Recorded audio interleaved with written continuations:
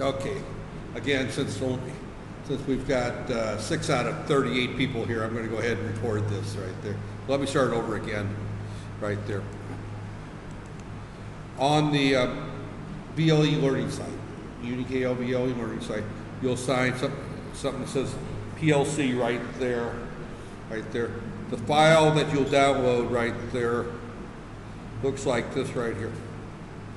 Refer to Figure 1 for inputs and outputs for the final.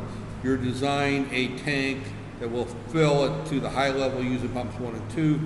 Once it's been filled with both fluids, turn on the mixer, and that's there, and then mix it for 3 minutes. Once it's been mixed, then drain it. Now the original one I had fill up to the high level with one liquid and then fill up, or the low level with one liquid, but I discovered that the sensors only have one sensor right there, and we'll go through it. If you watch the videos, and I really have to stress that you need to watch the videos to do this project right there. And a little comment on the way that this course is being done this time, with you being forced to watch videos. I have taught classes for at least 10 to 15 years online exclusively. So students in the US are used to online lectures and never meeting with an instructor. I've been warned by, of all people, my brother-in-law who teaches down in Batu Bahad at, what is it, UTHM, I think it is. It used to be Ito, because I taught there for a few years, or for a year and a half. That's where I met, that's how I met, got married, met my wife. And my brother-in-law was the department chair back when I was there many years ago. So, but he was warning me that Malaysian students are not used to online classes and that they won't watch the videos. So let's prove him wrong, and take the time to watch these videos out there. And the whole purpose of these meetings is to answer questions on the videos. If you don't watch the videos, you can't have questions. So I don't know what to tell you, because I can't redo the lectures. I just can't. For me to try to, the software. I know it's installed in here somewhere. Let me actually.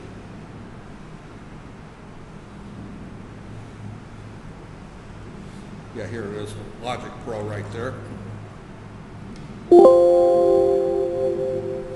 I mean, this is the software right there that you'll be doing that there. This is where you draw the drawing right there. And simulations right here. This is these are all your various inputs right there.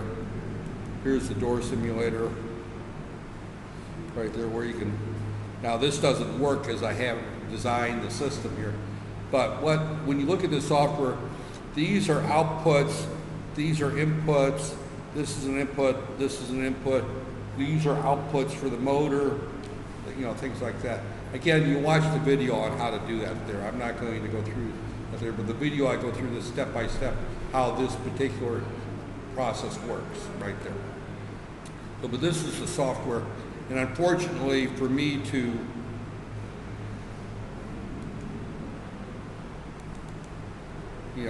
put in that there is very difficult for me to say I0:0 right there. My typing is just too bad right there. So, file, open.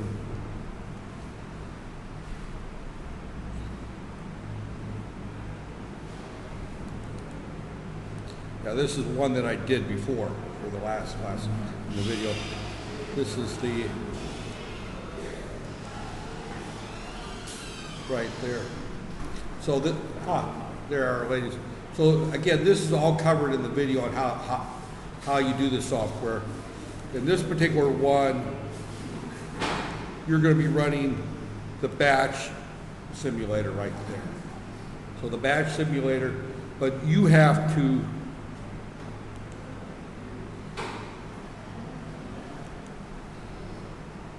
And I'm not sure which one this one is. This is probably that one that there, so.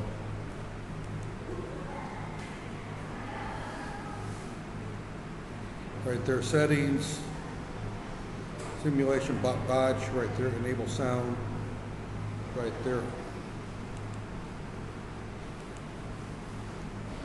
Go online, download it to that there. Run.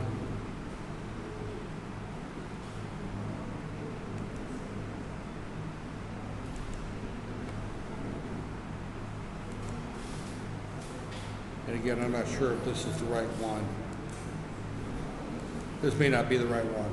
So, but this is how you do it. And watch the videos. The videos I go through that. So, okay. But that's the software right there. This is the assignment right here. And this goes through here. So I'll cut videos screen that can be included as the second file right there. So this outlines this. Again, this is the same one that they did last year. Please don't cheat and grab somebody else's report from last time, okay? Go through it, because if you don't do it, I'll find out when you take the final exam. Because there's questions on the final exam that come from this project. That there, so, that's there. So, okay, that's the project there. The software that you need to run this right here is right here. This is the software, that's Logic Pro. And when you download that, right there, you'll find that it's a older version, and I'm putting this up on Facebook, but it's a closed group, so so we won't worry too much about that there. But it's a pirated version. Right there. The reason I can't have you run the full version is because the full trial version, the only simulator that works is the door simulator. You can't use the batch simulator right there. So, and there's also a video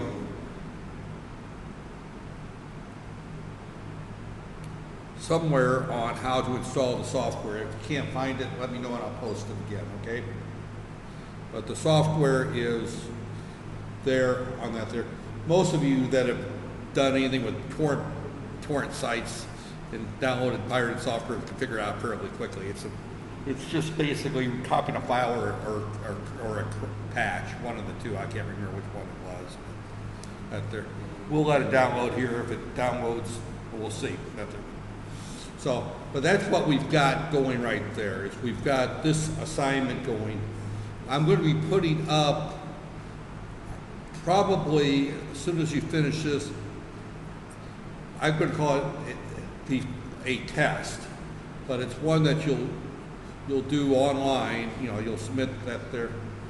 The grade should be high, but the reason I put that up is because it's pretty much a preview of what the final is going to look like.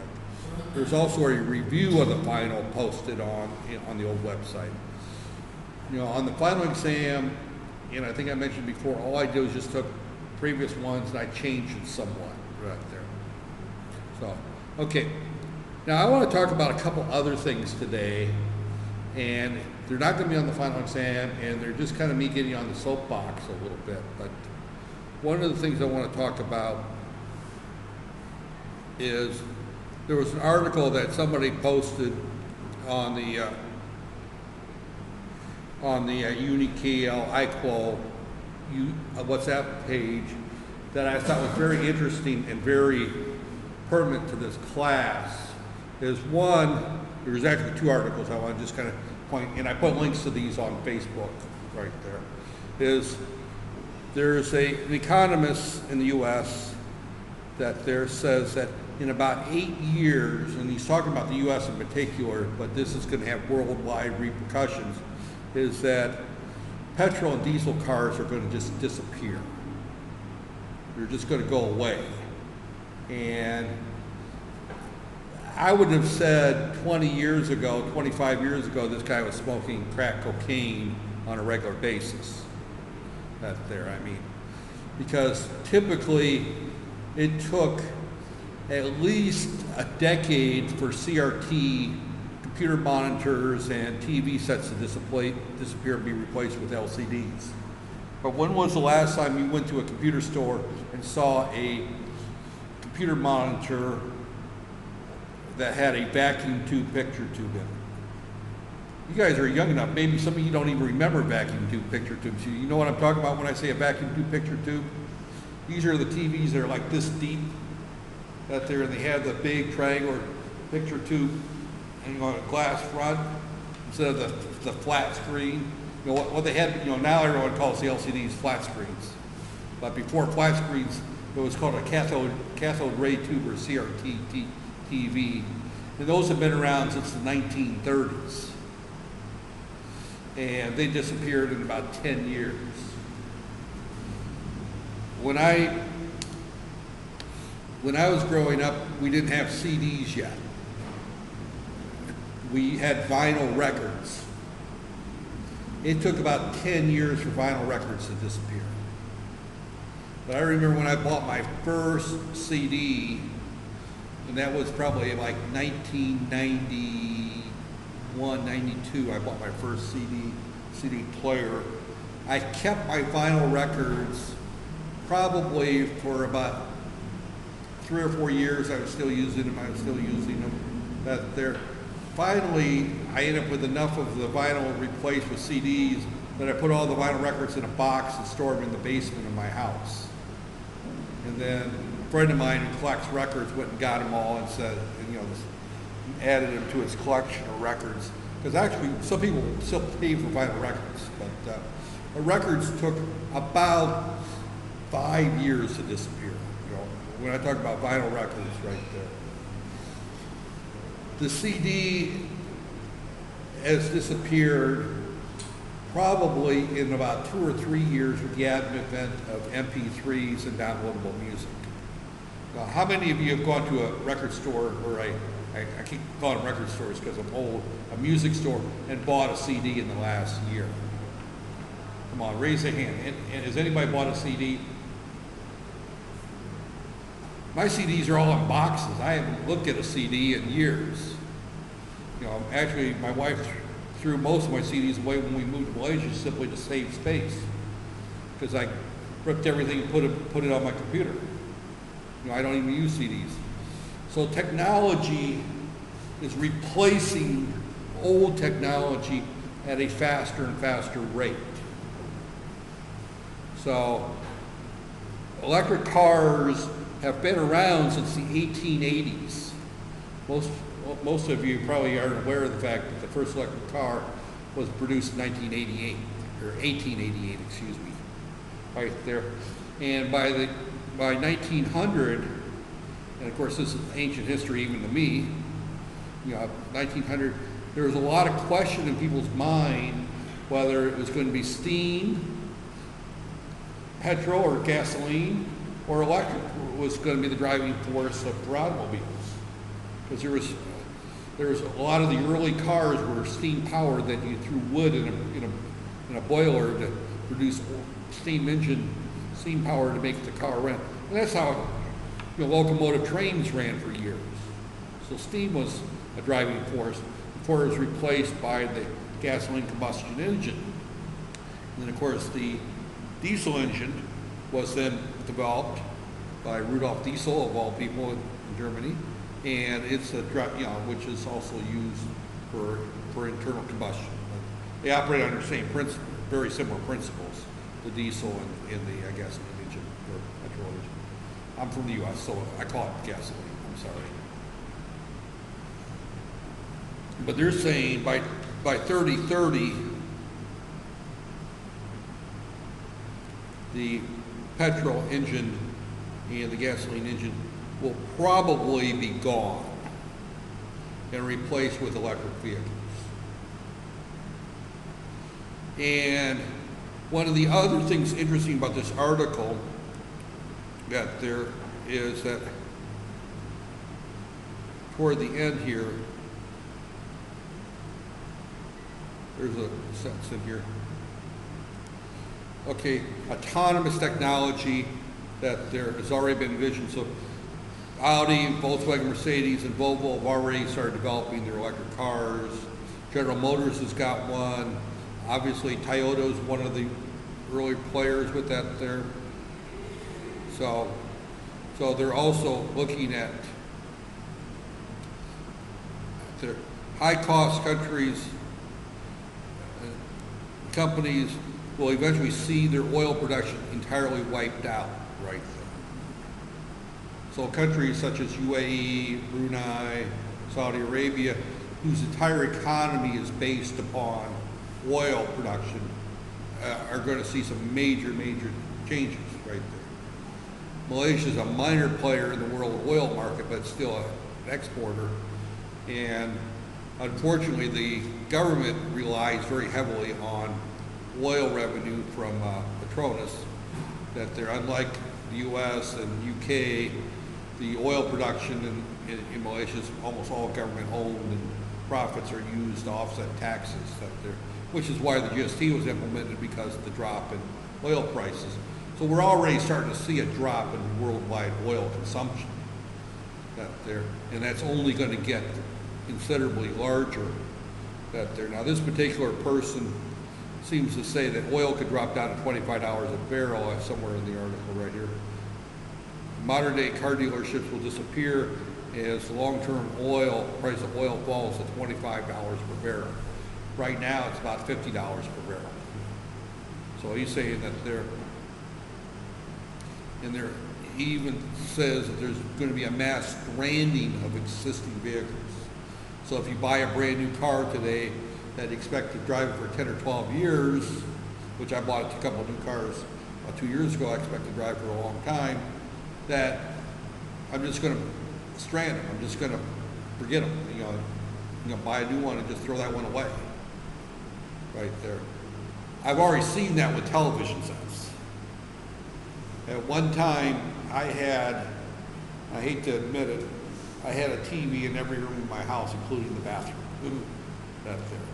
I had like 6 TVs, all the cathode ray type TVs. And when I moved to Malaysia, I couldn't give those things away. Nobody would take them.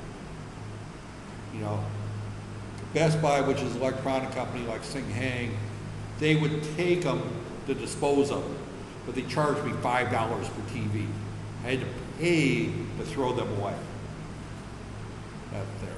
So they're saying the same thing may happen with cars. And again, this is just one person's opinion right there. And he also says people will ultimately switch to autonomous electric vehicles, which will be 10 times cheaper to maintain. So autonomous electric cars, remember earlier in the semester I talked about electric driving cars? They're saying by 2030 or so, most of the cars sold will be autonomous driving. Again, one person's opinion. This is not a fact. It's not written in stone. But this is a person who knows typically what he's talking about. So we're seeing a major change in technology. Now, the reason this was posted on the ICO website was because the folks down in Bangi, who teach at MFI, mechanical engineering, they spend most of their course talking about internal combustion engines and how cars work and everything. So it's going to completely alter their program. Completely alter their program right there. Because and there's one other sentence that I thought was very interesting, was that petrol stranding right there at certain cost, big claim right there. A simple explanation how quick this will happen, and this is a good example, is the digital camera. I forgot about the digital cameras. I was a photography nut from way back when. I have like 3 camera bodies that use film, that there, and again, just, the switch from digital to digital from analog film was almost within 2 years, 3 years. Once digital the digital SLRs came out, you couldn't give away a film-based single lens reflex pro camera right there. No, you can't. Can you even buy film today? You know, Kodak at one time, and I've been to the Kodak facility in Rochester, New York, right, that there, you know, almost everybody's been there because RTI, Rochester Technology, Institute of Technology, RIT, excuse me, is a major engineering school. I went to a conference there, had a tour, but Kodak at one time was about half the size of PJ. One company. And they produced film. And they produced so much film out there. And then, of course, the Japanese competitor Fuji produced a lot of film. And both companies are, Fuji's still around because they made the transition to digital. Kodak did not. And Kodak is pretty much gone.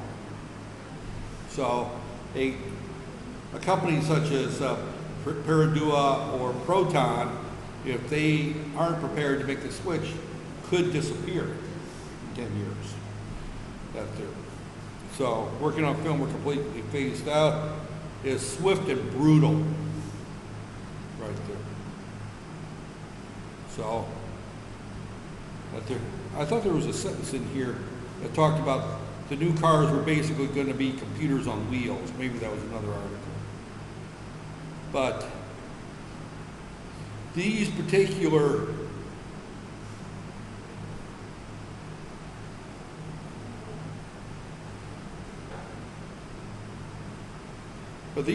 cars are going to be basically all computer driven, all embedded microcontrollers, all using all the skills we're talking about in robotics.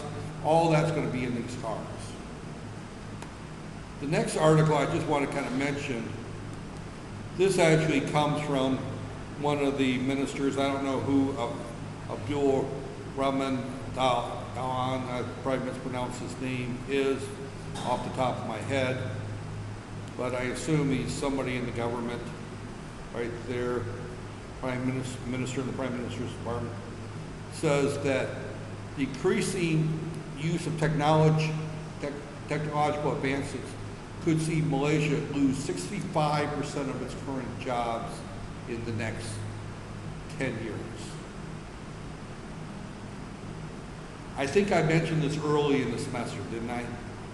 That automation and technology will be replacing a lot of the jobs out there.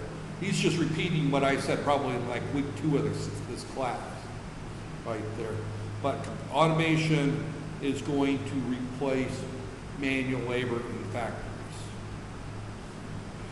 They're already talking about prefab houses and buildings where you manufacture all the walls and all the features you need for a building off-site and assemble it at the site, or you manufacture your entire building and it's all done with automation, and you don't need the guy pouring the concrete there at the houses, right there. So even an industry like construction is being targeted by automation, right there. So, the people in this room, you as students, anybody watching this video, you're the ones going to be affected. I'm not affected. If my job today disappeared, I sit back and I live off my U.S. Social Security checks, which I can start drawing in a year and a half, and my retirement savings, and I'm just fat, dumb, and happy sitting at home watching TV and playing video games. Hopefully, I do more than that. I get out and walk around, get some exercise, do some travel. But the fact is, you're at the beginning of your careers. And this is saying that in the next 10 years, 65% of the jobs out there today won't be here. So your job, and this is a tough one, is to be prepared to change yourself to adapt to the new jobs. right there. And you know, this is a warning. If you're going to remain, you know, I'm not saying you are, but if you're the type of person that likes to sit back and take it easy and find a job and just do the job, you know, you're going to find yourself in trouble in the next few years, because that job, those jobs you're training for are not going to be there. You're going to have to change. I've got a friend of mine that did exactly what I was talking about. He finished high school. We went to high school together back in the dark ages of the 1970s, right there. You know, we're talking 40 plus years ago. We finished high school together. He went on to college, decided college wasn't for him, dropped out, got a factory job eventually. He went to work for one of the factories in the U.S. That there. He went, and the company he worked for was a company that manufactured toys. Mattel, you probably heard the company Mattel. They've been around for a long time. He got himself a good job with Mattel, making little, you know, cars for children to drive around with. There, when that one washed out, he found another job making pizza ovens right there. And he did that fine for about, let's see, we finished high school in '74. By the time I got out of the Air Force in '78, he pretty much was already on his route to, he'd already dropped out of college and he was doing general work in factories, which paid good money back in the U.S. back in the 1970s, 1980s. Paid really pretty good money, and he did really well. He didn't get rich or anything, but he did all right. And lo and behold, about 10 years ago, things started going bad. Job number one, actually it was about 15 years ago, job number one failed. Mattel shut down their factory and moved it to China. Right there. And they were no longer making these little toy cars for kids to ride. You know, you see these little electric cars that kids ride. You know, that's what he made. So he lost that job. Took him 3-4 months. He finally found job number two, making pizza ovens for a company that made pizza ovens for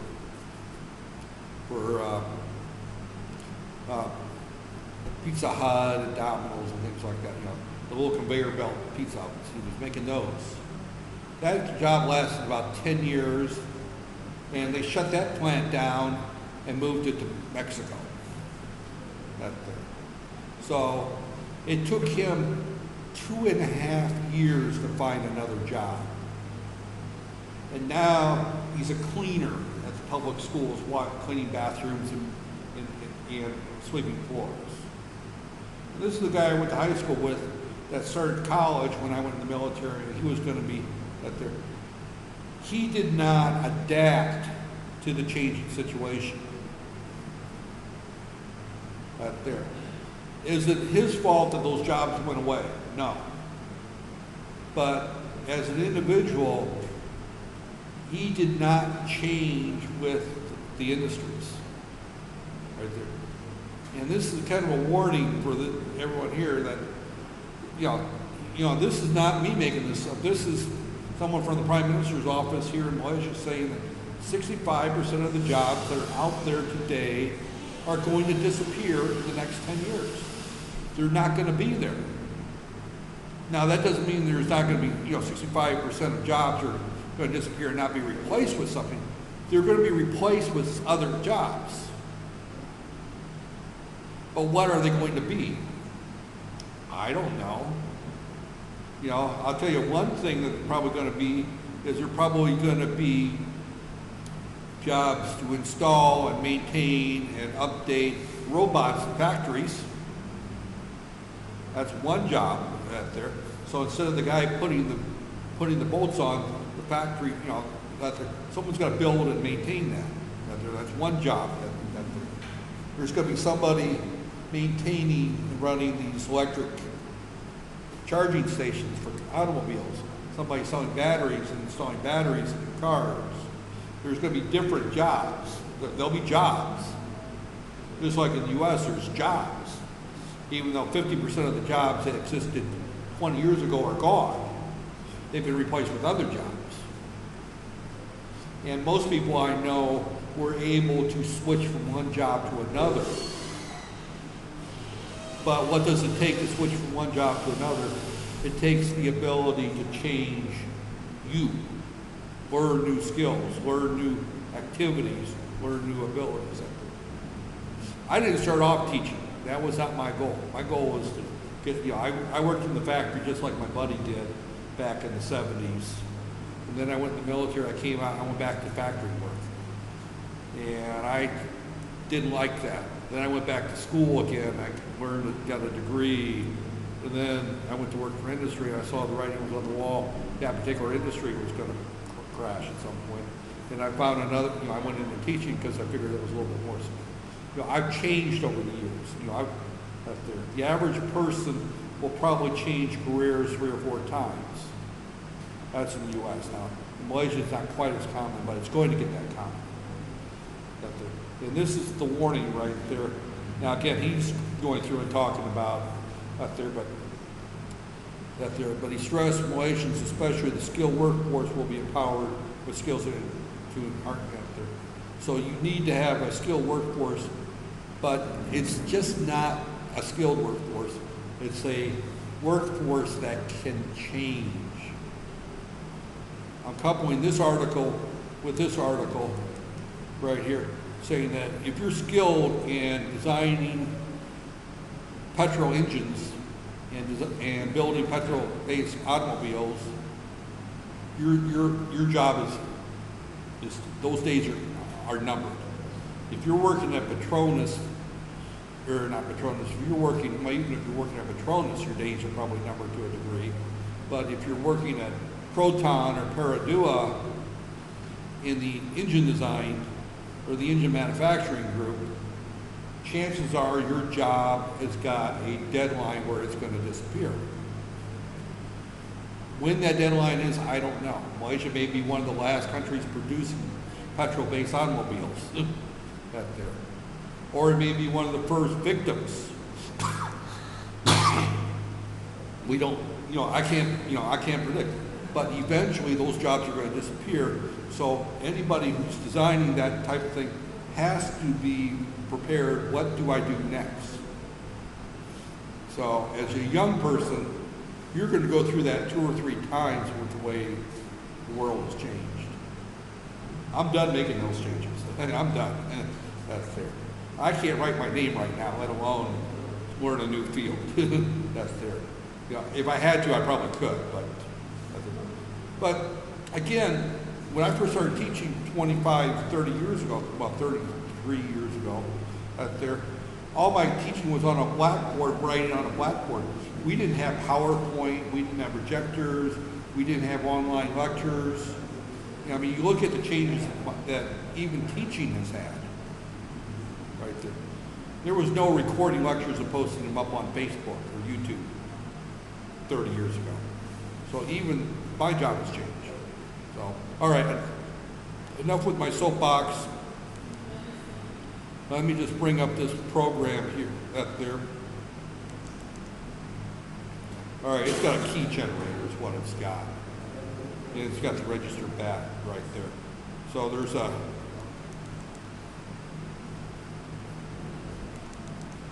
this will tell you the steps on how to install the software. Run the installer, open copy the register bat into this directory, run the register bat. A pop-up will list the fingerprint. You have to get the hardware fingerprint from your hard drive right there. We'll list the ask you for a name and a key. So you'll have to get that there.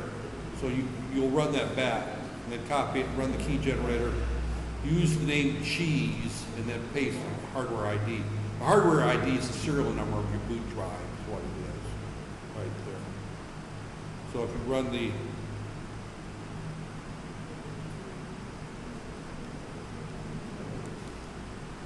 you run the register bat up, and you have to do it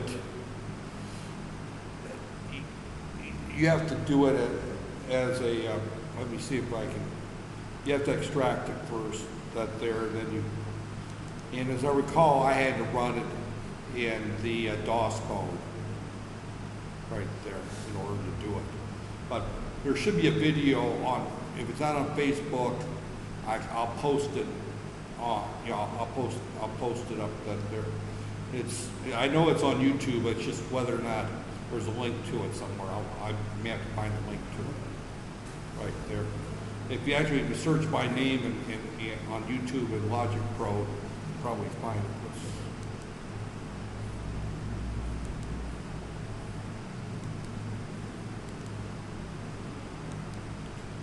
YouTube.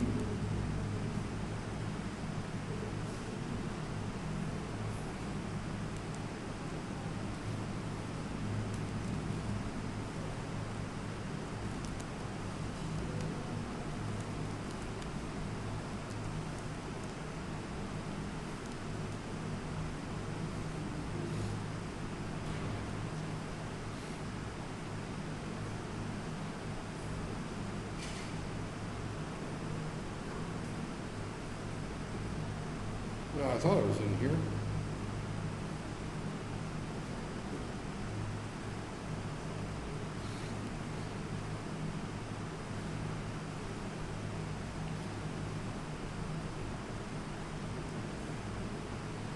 Yeah, this is probably another one on how to do that. Let me pull the word hack out.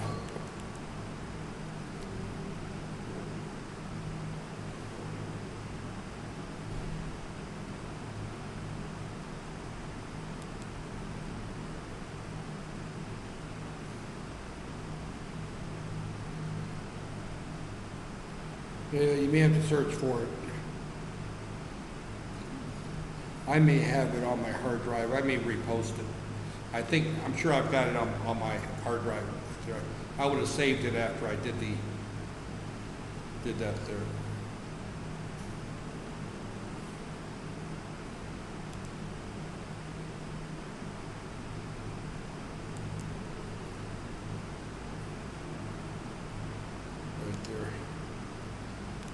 Right there. I know I posted it up there, but it's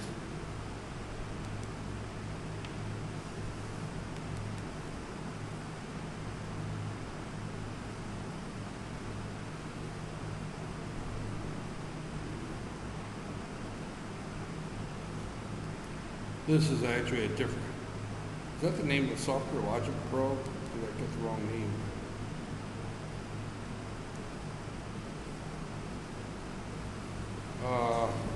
Logic Pro, okay.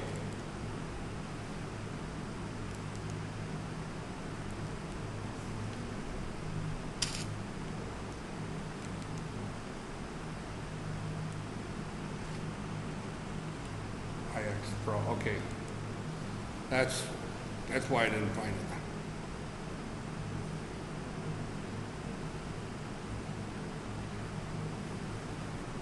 Yeah, there's all kinds of.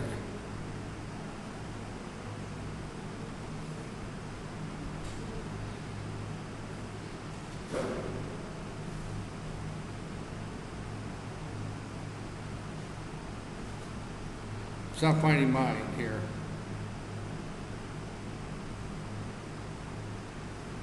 But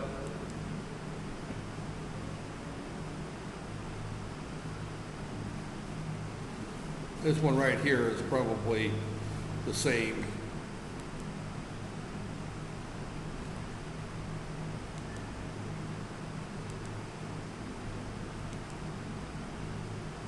Yeah, this looks like this.